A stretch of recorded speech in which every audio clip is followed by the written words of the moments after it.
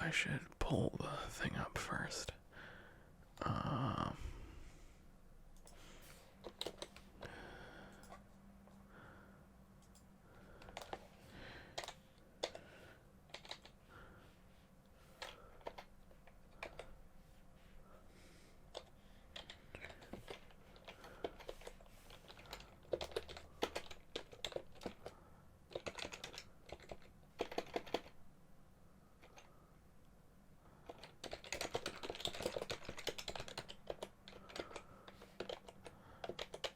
Okay. All right. So,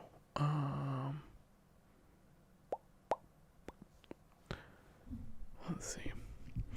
Lula, Brazil ex-president's corruption convictions annulled.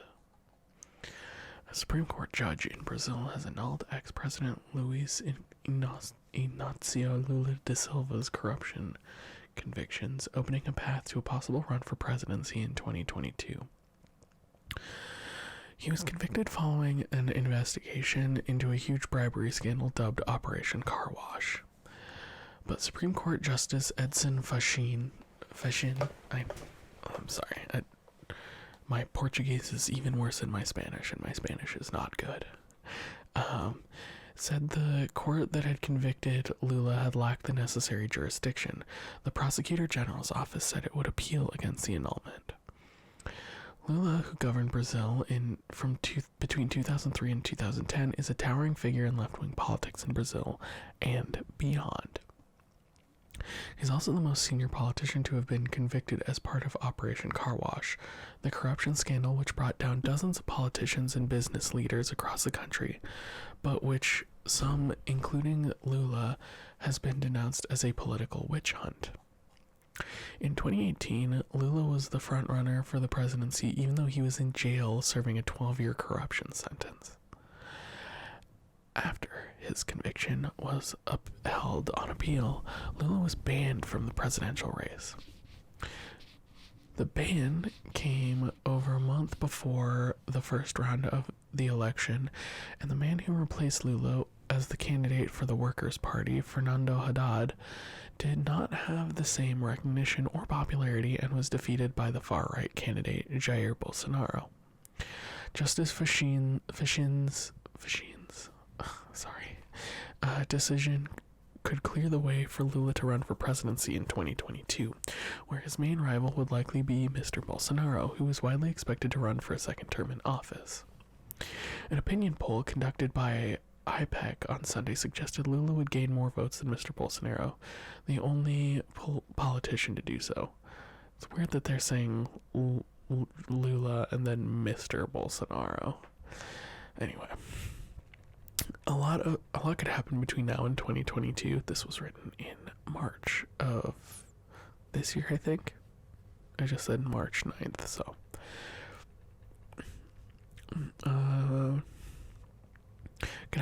A lot could happen now between now and 2022, no more so than in Brazil, where courts famously go back and forth on finer detail. But if Lula does run in 2022, it's set to be an explosive campaign, one that many experts feel has kicked off today. Jair Bolsonaro is expected to run for re-election, and if Lula faces him, it would divide the country, which, much like the 2018 elections. Although Lula couldn't run in the end, Bolsonaro was propelled to power by Brazilians' hatred of him and his work. Although Lula couldn't run in the end, Bolsonaro was propelled to power by many Brazilians' hatred of him and his Workers' Party. Those many, the implicit those many being like, middle class people who live in cities, mostly white people. Brazil is a hugely racialized country. Pretty openly. Politics was and still is polarized. While Lula remains very popular, he's seen by his detractors as a symbol of corruption at the very top. It's weird that Bolsonaro isn't when his son is literally it sounds like a governor or some shit like that.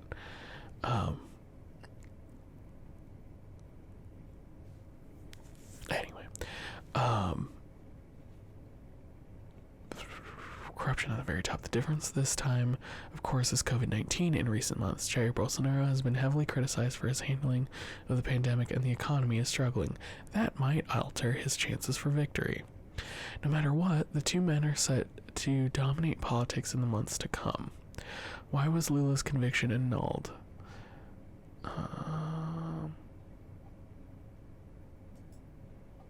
Look at that in a second. Sorry.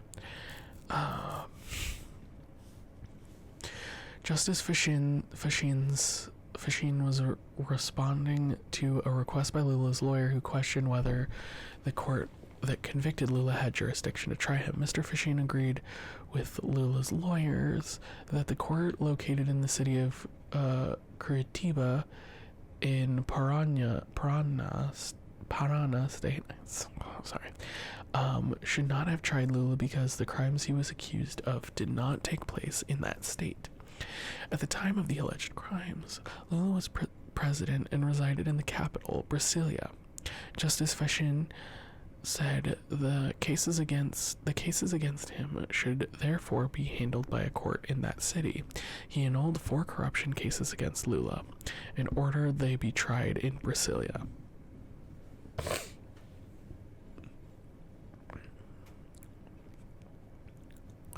Alright, we'll look at that in a second. What does this mean for Lula? The 75-year-old is free to run for political office, for now at least. Despite Lula's lawyers saying the decision was a vindication of his innocence, Mr. Fashin did not make any kind of ruling on whether the former president was guilty or not of the corruption charges. It just means that the cases against Lula are going back to square one, so he could be convicted again. Can the decision be overturned? Yes, 2 things can happen.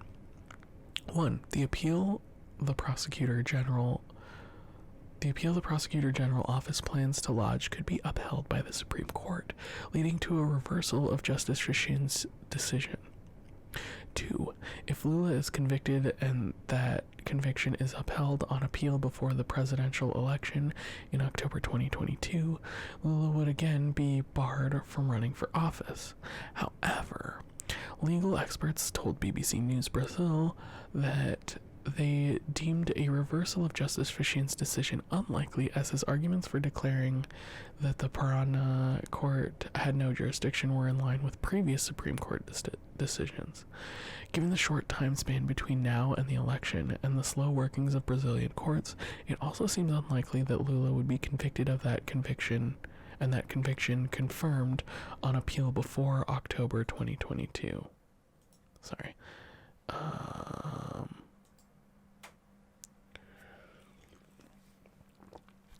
Yeah, interesting.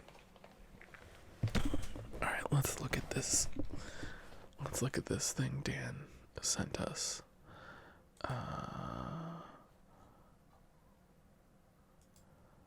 This is from Premium Times. I've never heard of this website. Oh, it's because it's Nigeria. That's why I've never heard of this news site.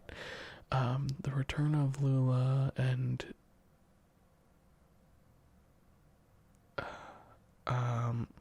wait, is it the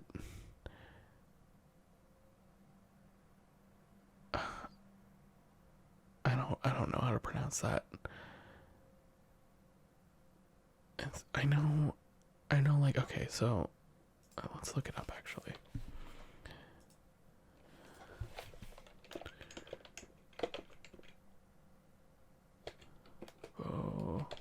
Pronunciation. Let's see.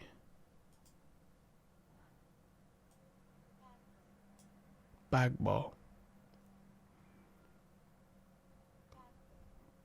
Okay, so the first G is silent. Okay, The Return of Lula and Gbagbo by Owe Lakemfa. Lula and Gbagbo, sorry, I'm going to probably be saying this a lot, are courageous men who challenge decades of subservience to international powers and profiteers. This is from April. Oh, this is from yesterday or today, I guess. And opinion. Okay. Lula and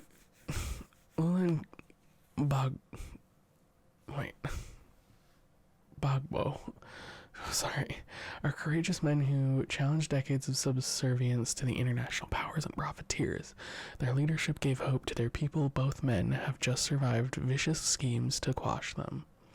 The former Latin American labor leader and past Brazilian president Luis Ignacio Lula da Silva, an African intellectual and ex-president of Cote d'Ivoire, Laurent Gbagbo, have returned from years in prison to be the hope of their various countries.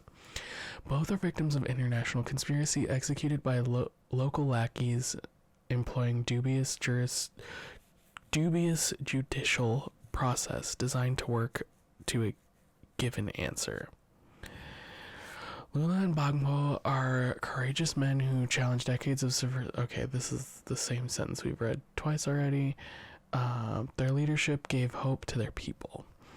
Both men have just survived vicious schemes to quash them.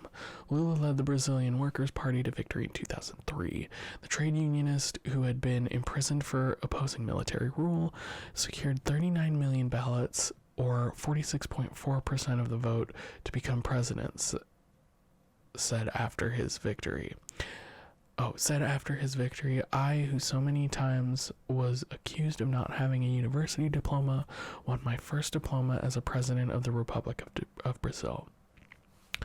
He had tried to reverse the exploitative relations between the state and the Brazilian people. He tried to reverse the exploitative relations between the state and the Brazilian people. He introduced massive social works, lifted 19 million Brazilians out of extreme poverty, and vastly expanded access to education. His government gave poor families a monthly subsidy of between $12 and $117 per child, which covered 12 million homes and moved 30 million people from the lower classes to the middle class. Lula was re-elected in October 2006, this time securing 46 million votes, or 48.6% of the total vote cast.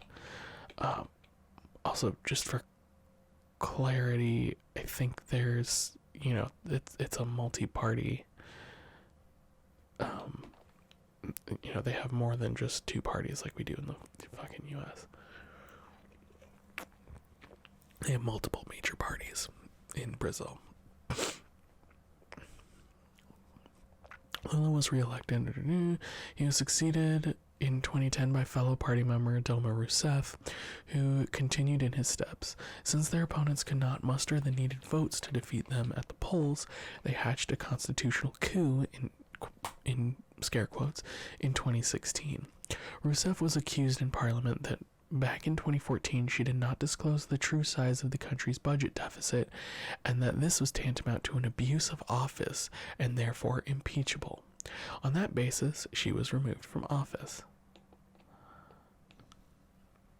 Wow, really? She was removed from office because she didn't say the budget deficit was big enough? That is mind-boggling. Simultaneously, Lula was set up for political incineration by having what turned out to be false cases of corruption brought against him. As a result, in 2017, he was sentenced to 12 years imprisonment on allegation of receiving a seaside apartment as part of a contract award kickback. On the basis of this, he was banned in 2018 from contesting the presidential election. However, the Brazilian Supreme Court in November 2019 allowed him to remain free while his appeals were pending. This process led to the rise of incumbent President Jair Bolsonaro, who tried to reverse the Lula programs and erase his legacy. Oh, there's a typo. Should say Bolsonaro, but it says Bolsario. Bolsonaro is not only running an anti-people government, but has led the country into ruins with his handling of the COVID-19 pandemic. In aping then President Donald Trump of the United States, he declared the coronavirus a ruse, a fantasy. But he went far beyond the Trump tantrums by actually holding mass rallies of people without masks, during which he shook hands to demonstrate to Brazilians that COVID-19 is a fiction. Even when these rallies were spreading the virus, he kept dismissing this and assuring Brazilians that they were immune to COVID-19 because, as he falsely claimed, they have the antibodies for the virus. He also encouraged them to reject lockdowns by local state officials and went on as president to declare the lockdowns illegal. The states had to approach the Supreme Court to reverse him. Also, this is really funny, as like Bolsonaro is like notorious for being ill a lot. Like there's plenty of like video of him just like in the hospital for like illnesses, random illnesses. Like truly like the least healthy man telling you that COVID's fake.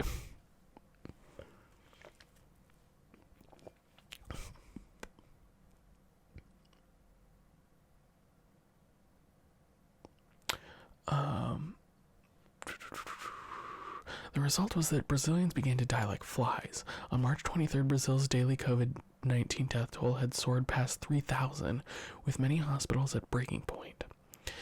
That day, the number of deaths was 3,251, bringing the overall death toll to nearly 299,000. I think we still have, like, a bunch more, right?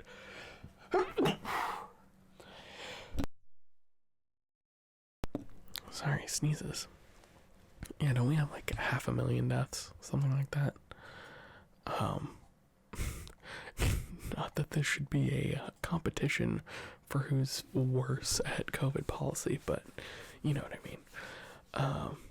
I think we also have quite a few more people. But I could be wrong. Actually, let's look this up.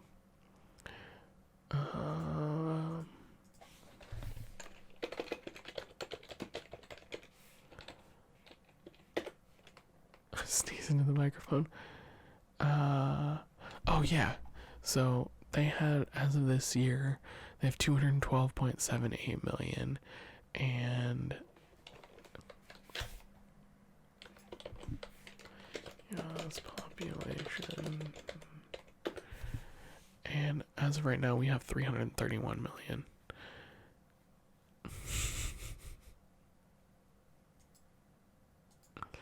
Yeah, so we have a good 100 and whatever million. What? Total population 2025.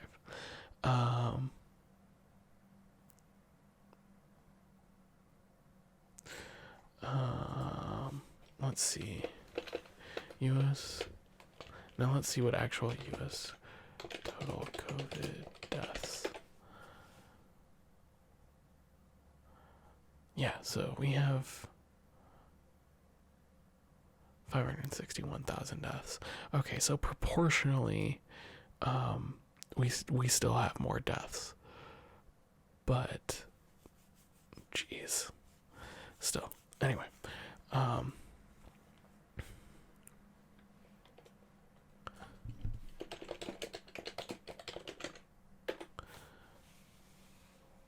yeah, they have 351 deaths, so they're 351,000 deaths.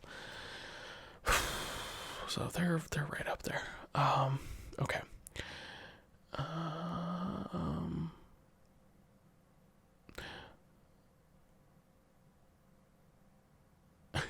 Transition gently from topic to topic, and I love it. Yeah, richest country in the world, baby. On the same day, Bolsonaro appointed his fourth health minister, a cardiologist.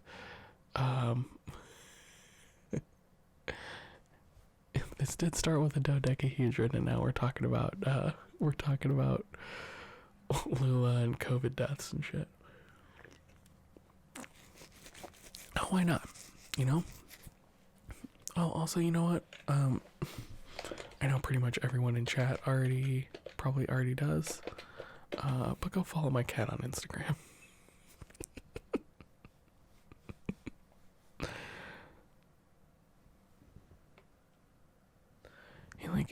He's like lying down and his head's like at this weird angle and his eye is like slightly open. Like he's asleep, but his eyes like partially open just by the way because his head's like in his arm but also in the bed.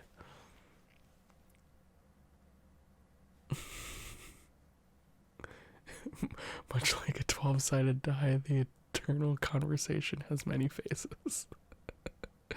Yeah, absolutely. On the same day, Bolsonaro appointed his fourth health minister. All right.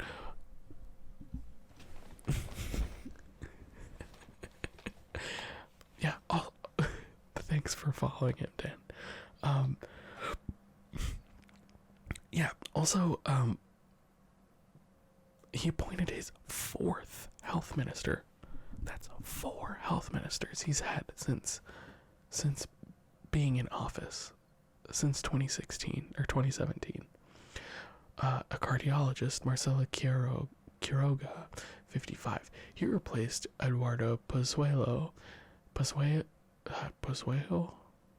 I think maybe in Portuguese it's still an L. I don't know. An army general with no medical experience, who had been appointed on the basis of the president's questionable conclusion that COVID-19 may require the handling of a strong hand. Like Brazil's current president is a farce.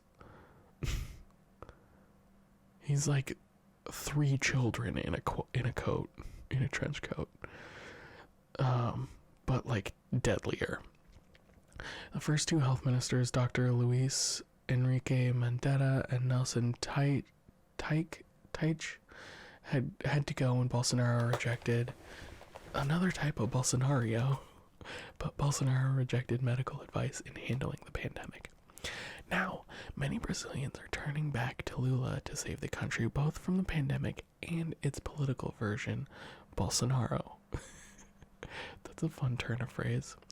The coast for Lula was cleared when on Monday, March 8th, the Supreme Court threw out most of the criminal cases manufactured against him and restored his political rights, including those to contest the October 2nd, 2022 presidential election. At least Vince, an adult man, would listen to his advisors, though, for sure. I see. Nice BoJack reference.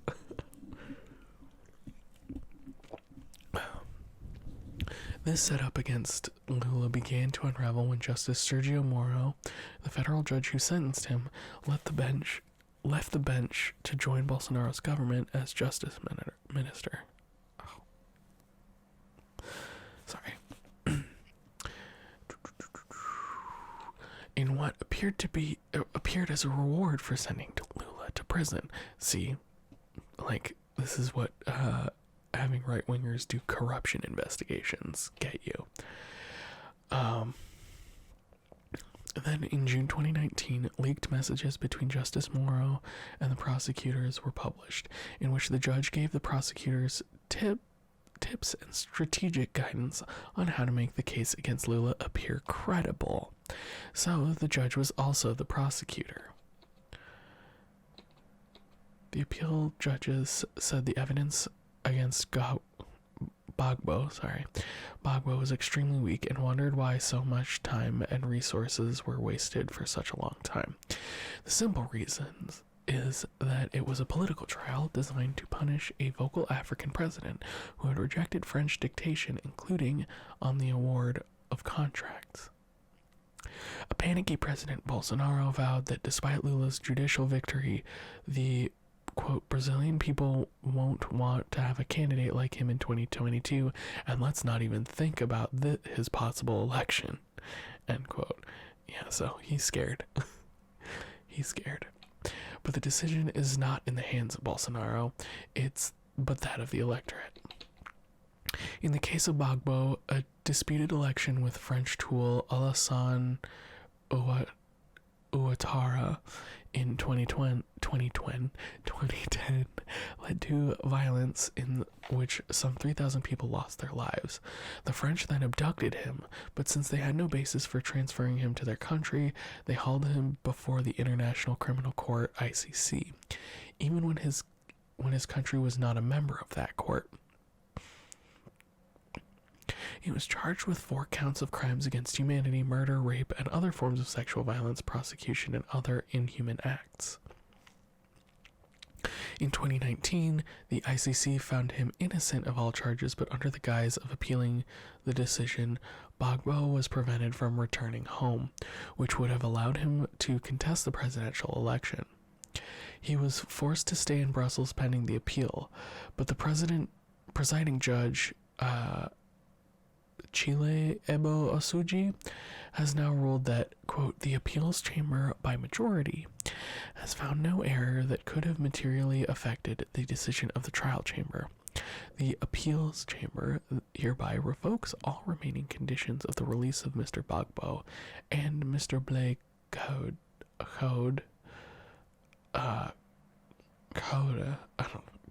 co-defendant as a result of this judgment. I like that we do international news here, and I'm just the fucking worst at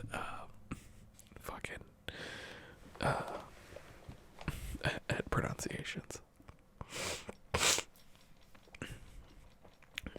As a result of this judgment, the appeal judges said that the evidence against Gbagbo was extremely weak and wondered why so much time and resources were wasted for such a long time. The simple reason is that if it was a political trial designed to punish a vocal African president who had rejected French dictation, including the award of contracts. Gbagbo's welcome return will give hope to Ivorians as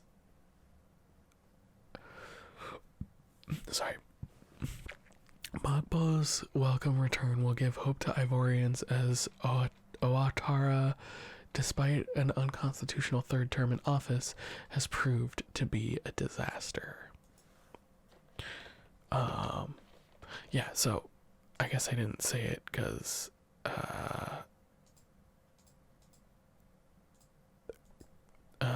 I didn't know what it was, but this is the Ivory Coast. Côte d'Ivoire is the Ivory Coast. The coast of Ivory. That's how that translates.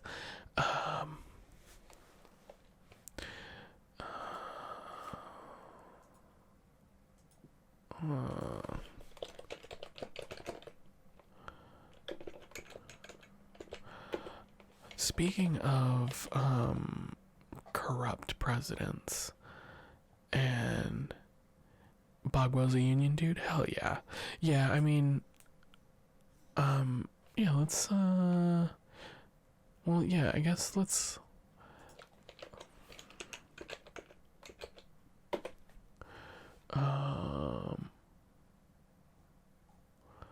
let's see.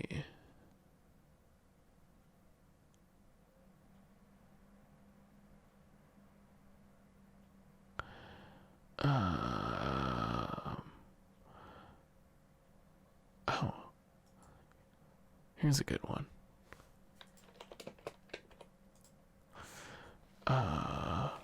Gbagbo free to return to Ivory Coast, says President Ouattara. Ex-president and his youth leader can return when they want, Ouattara says, after ICC upholds their acquittal. Ivory Coast President Alassane Ouattara has said his predecessor Laurent Gbagbo and his youth leader Charles Blagode are free to return to the Ivory Coast when they want to, after they were definitively acquitted for crimes against humanity. Ouattara's remarks Wednesday came a week after the International Criminal Court, ICC, upheld Gbagbo's acquittal with appeals judges confirming that he was finally in the clear over a wave of post-electoral violence in 2020. I keep saying 2020. Like I have a goofy, like a little speech impediment, like it's 2020. Like a little child. Arrangements will be made so that Laurent Gbagbo can enjoy, in accordance with the laws in place, the advantages and allowances available to former presidents, Ouattara said at the start of the cabinet meeting in Abidjan. Gbagbo has been living in Brussels under the ICC orders since his release from detention in 2019. Last week's ruling definitively clears him of 4 charges of crimes against humanity, including murder, persecution, and rape committed during the conflict. The 75-year-old, also, both of them are 75-year-olds. Both of them being Lula and Gbagbo. Has retained strong support at home despite spending years behind bars in The Hague, and has been positioning himself for a potential comeback since last year.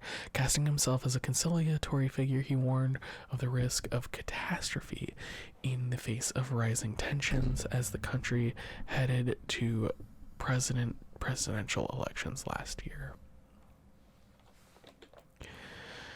Many people died in unrest after Ouattara announced his bid for a 3rd term, a plan that critics said scorned constitutional limits on presidential tenure. Children of the 60s, yeah. Ouattara maintained the 2-term limit for presidents does not apply to him because of a constitutional referendum passed in 2016. In the grim aftermath of a vote almost universally boycotted by the opposition, the re-elected Ouattara tendered an olive branch to his former rival. He said Gbagbo had a role to play in reconciliation and provided him with 2 passports, one of them a diplomatic pass.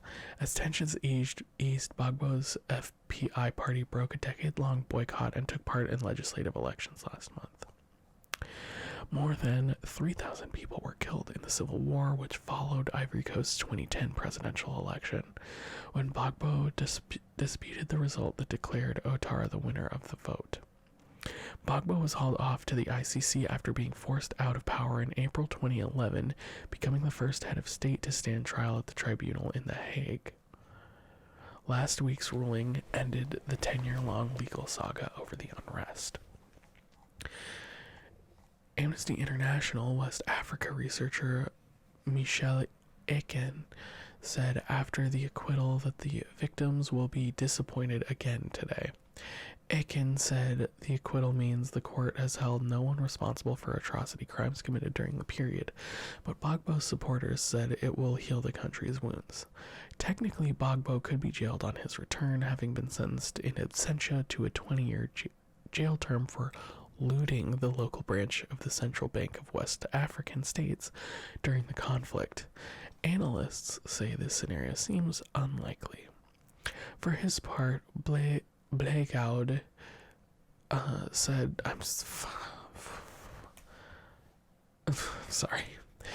said last week he would ask the government if he could return following a conviction in absentia in Ivory Coast.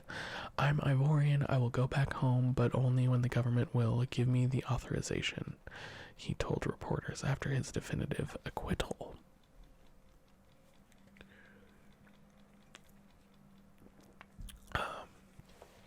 Yeah, so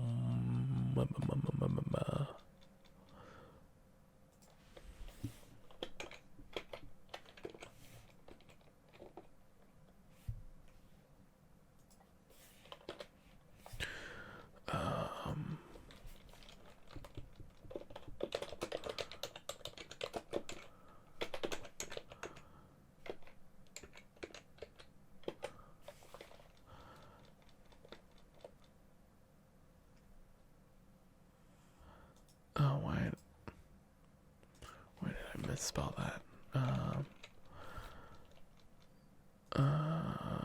Spelling that.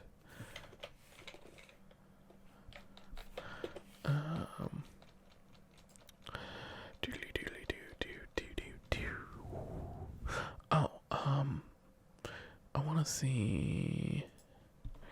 I want to see what's going on in Haiti right now.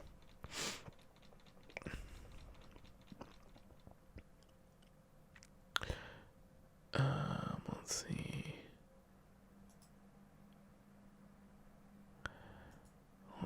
Belize national football team briefly held by gunmen in Haiti. Haitian gang leader 24 others dead after prison break. Claude Joseph is Haiti's democracy at risk.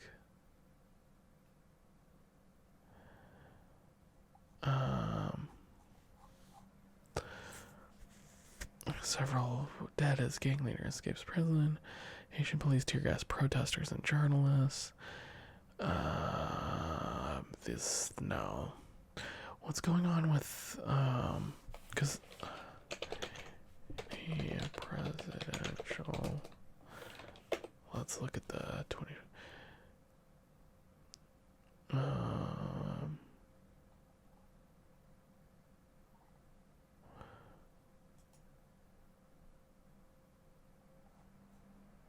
when was this?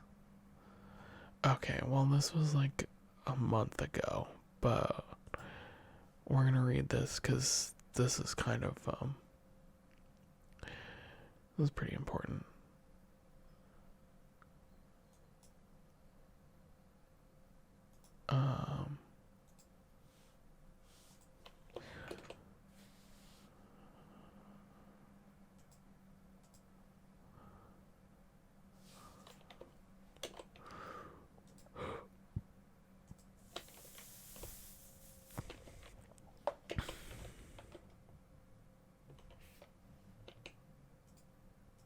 No.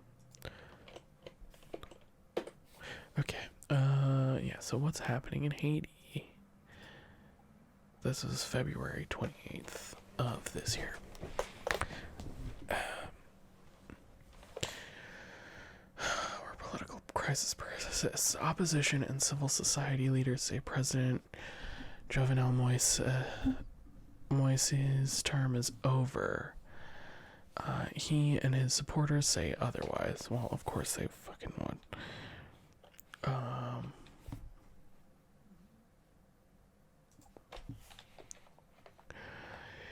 Haiti is in the throes of a political crisis. Opposition leaders are disputing the mandate of President Jovenel Moise, whose term most legal experts and civil society groups have said ended on February 7th.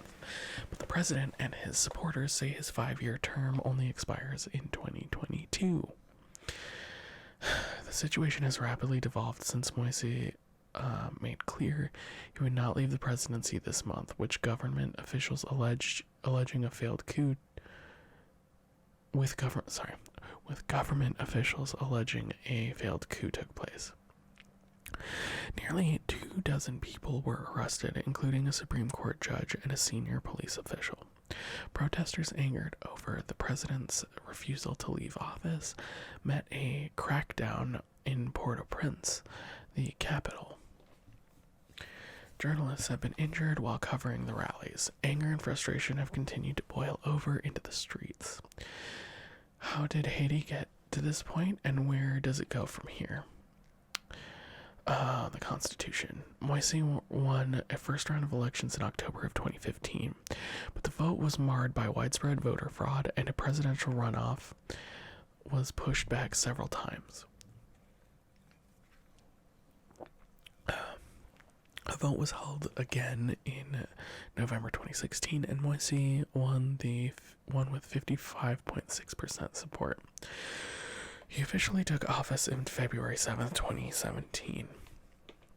Article 134.1 of the Haitian Constitution states, quote, "The duration of the presidential mandate is 5 years. This period begins and ends on the February 7th following the date of the elections."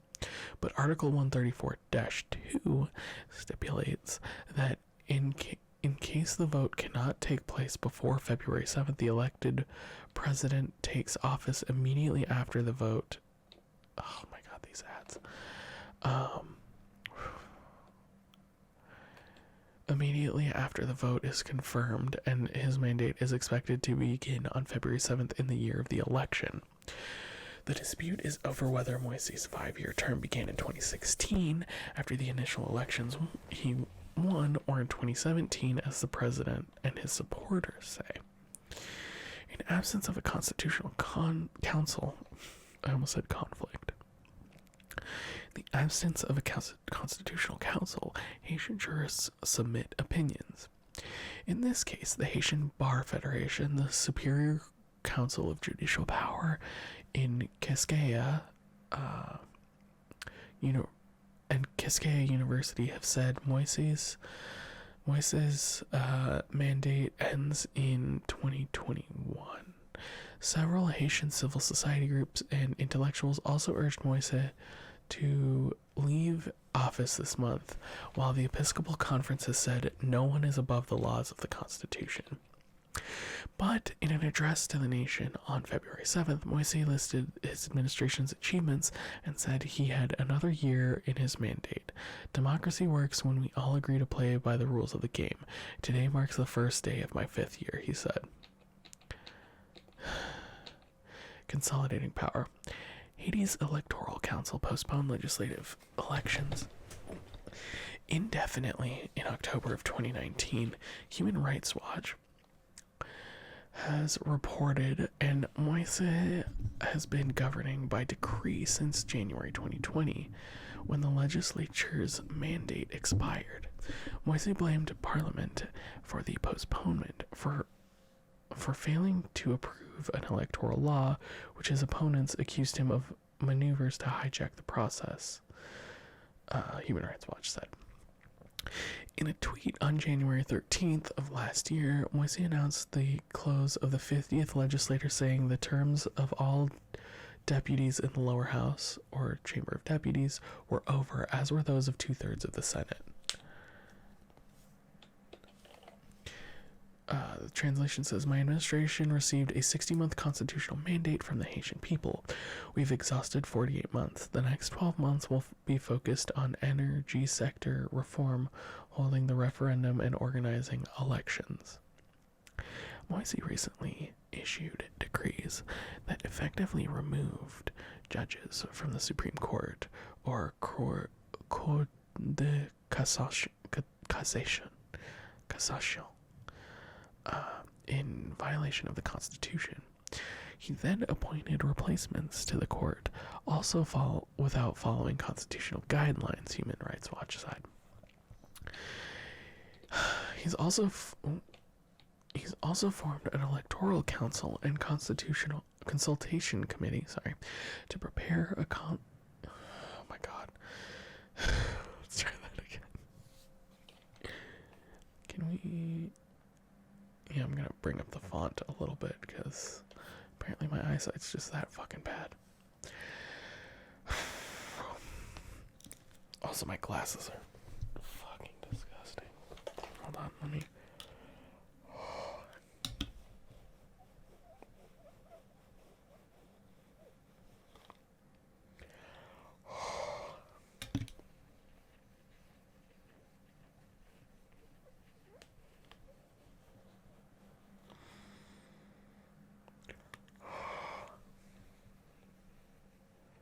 I know I have a cleaning cloth in here somewhere, but whatever, this will work okay.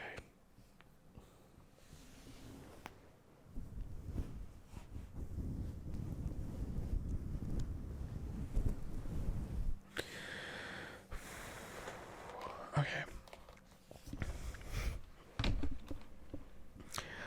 He's also formed an electoral council and consultation committee to prepare the new constitution, for which he plans to hold a referendum on April 25th. Moise said the current constitution is one of the sources of, quote, one of the sources of social, economic, and political crises that the country is currently experiencing. As part of, oh my god. As part of his reforms, Moise intends to eliminate the position of prime minister, a post he has argued gives too much power to someone who is not directly elected. Under the current constitution, Haiti's prime minister is accountable to parliament and cannot be dismissed by the president. Renaud Lubris, Secretary General of Haiti's Council of Ministers, did not respond to Al Jazeera's request for comment. Guichard Dor, an advisor to the president, also did not respond to a request for comment. In an interview with Talk to Al Jazeera, Foreign Minister Claude Joseph said, quote, "The Constitution is clear that the president's term is 5 years. He took office in 2017, so he's going to leave in 2022, end quote. Joseph accused the opposition of using violent and illegal means to try to force Moise to step down. Quote, "They have to wait their turn. They have to use peaceful means because we do not have any problem with opposition. It's a democracy. What we reject is violence," he said. Country paralyzed. Oh my god, these ads are truly infuriating. I need to put an ad blocker on this thing. I keep forgetting to do that. Meanwhile, demonstrators continued to demand Moise leave office. Thousands marched in Port-au-Prince on February 14th, and more protests are expected on Sunday, as the opposition has called for continuous, renewed, and permanent mobilization.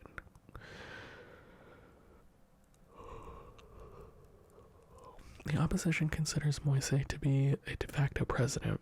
His term ended February 7, 2021. Senator Yori Latortue, one of the main opposition figures in Haiti, told Al Jazeera, "We're waiting on the United States to recognize the end of his mandate and that there will be an inevitable transition." U.S. State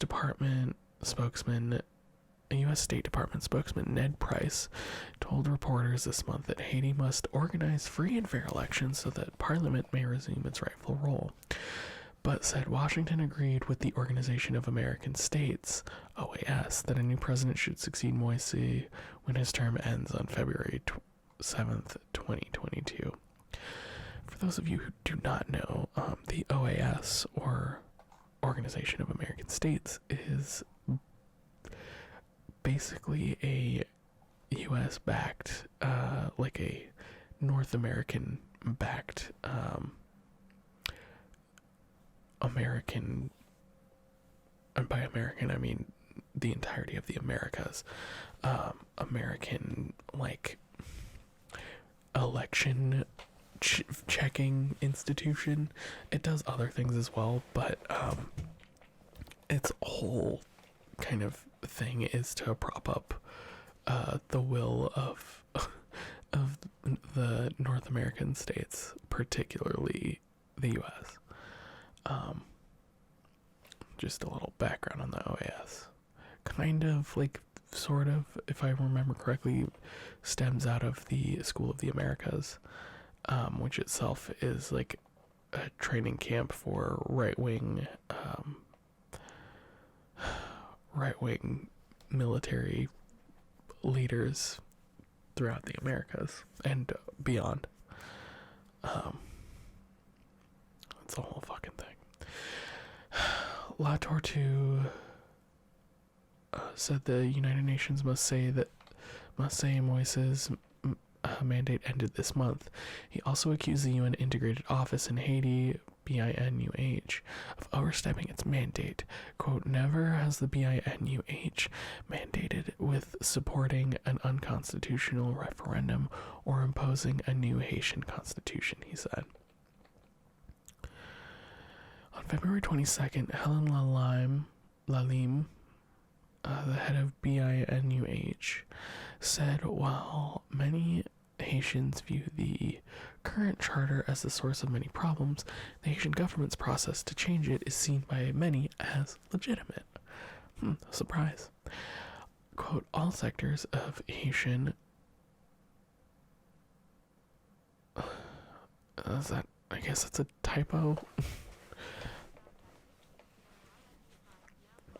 Hey, thanks for the follow. Appreciate it. All sectors of Haiti should be provided with ample opportunity to debate and to contribute to the draft text, she said. Amid the political tug-of-war, much of Haitian society has come to a standstill.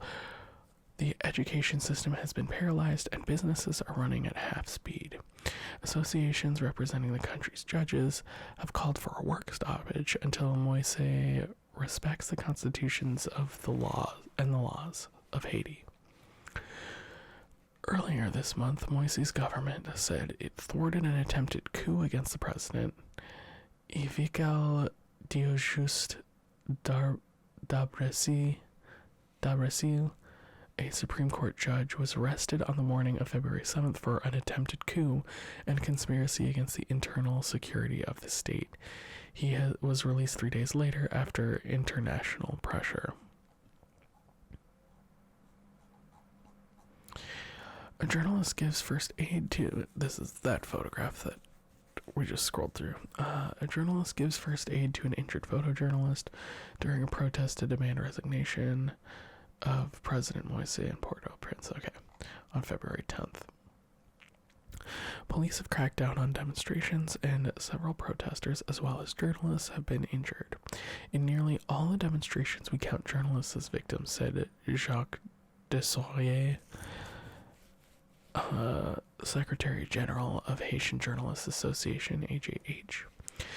Quote, the frequency of the attacks against journalists leaves us to think that it isn't collateral damage. We are convinced that the press is being targeted.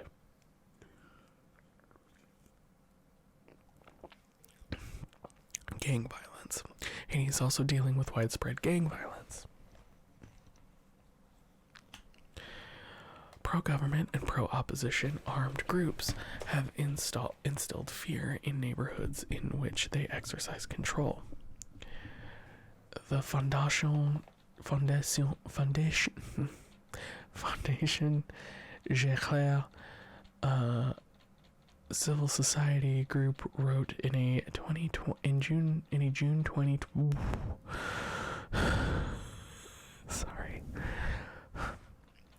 Fondation Géclair civil society group wrote in a June 2020 report, quote, in popular neighborhoods, elections are never really free. The report reads, in this context, where nearly a third of the national territory is controlled by gangs, their political weight over the next election is clear. Last February, the UN urged the Haitian government to end impunity for gang leaders, including former police officer Jimmy Cherizier, who now leads an alliance of gangs called G9. Oh, a former cop is leading a gang? Oh, who'd have thunk? Cherizier has been accused of being involved in a 2018 massacre in La Saline neighborhood of Port-au-Prince. Pierre Esperance, coordinator of the National Network of Defense of Human Rights, RNDDH, a Haitian human rights group, pointed to the large swaths of Haiti under the control of armed gangs and accused the government of losing control over the situation. This government is worse than those of the Duvaliers, said Esperance, referring to Francois Papa Doc Duvalier and his son Jean-Claude Baby Doc Duvalier, who ruled Haiti from 1957 to 1986. The United States, Canada, and the UN and the European Union are endorsing the excesses of power. The people have the last word to thwart this dictatorship. Yeah, for those of you not in the know, the Duvaliers were a father and son dictators of Haiti. There's a lot of wild stuff. There was I remember there were legends or rumors of them raising a zombie army with Haitian voodoo, like some real like serpent in the rainbow type shit.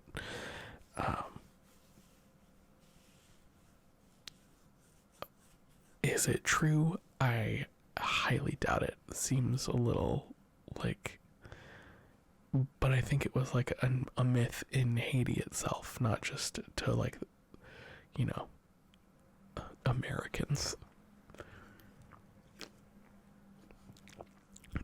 But that's kind of like, that's the how would you call it, the like power of dictatorship,